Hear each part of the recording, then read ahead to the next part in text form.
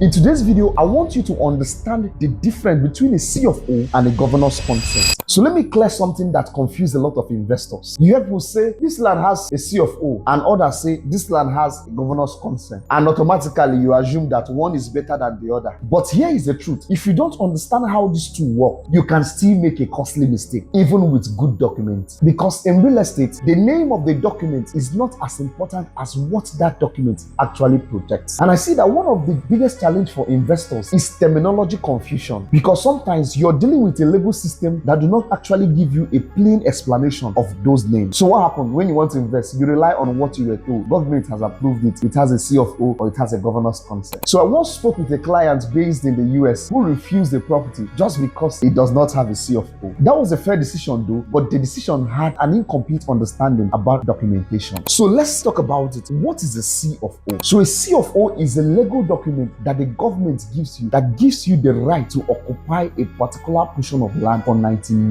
years. What it means is that the government recognizes your interest in that location. You have a legal backing. The land has been officially allocated and regularized. So in a simple term, it's a primary title document. But what some persons don't know is that the C of O can also be verified. So on the other hand, what is governor's consent on a property? So governor's consent comes into play when a property has been transferred from one person to the other. That means the governor has approved the official transfer of ownership. The transaction has been legally recognized and the chain of ownership continued properly. You can actually get governor's consent when you register your document. So you can think of it as a legal confirmation of ownership. So let's put it this way. C of O is original allocation, while governor's consent is a legal transfer approval. So let me be honest with you. Most investors lose confidence when they misunderstand documentation. But experienced investors understand this. Documents only does not make an investment safe. Verification does. So once you understand this as an investor, your decision making change completely. You stop buying based on fear or pressure. You start buying based on clarity and understanding. So whether the document comes with a C of O or a governor's consent, I want you to understand this. The document alone is not just your protection. The verification is also part of your protection because it is real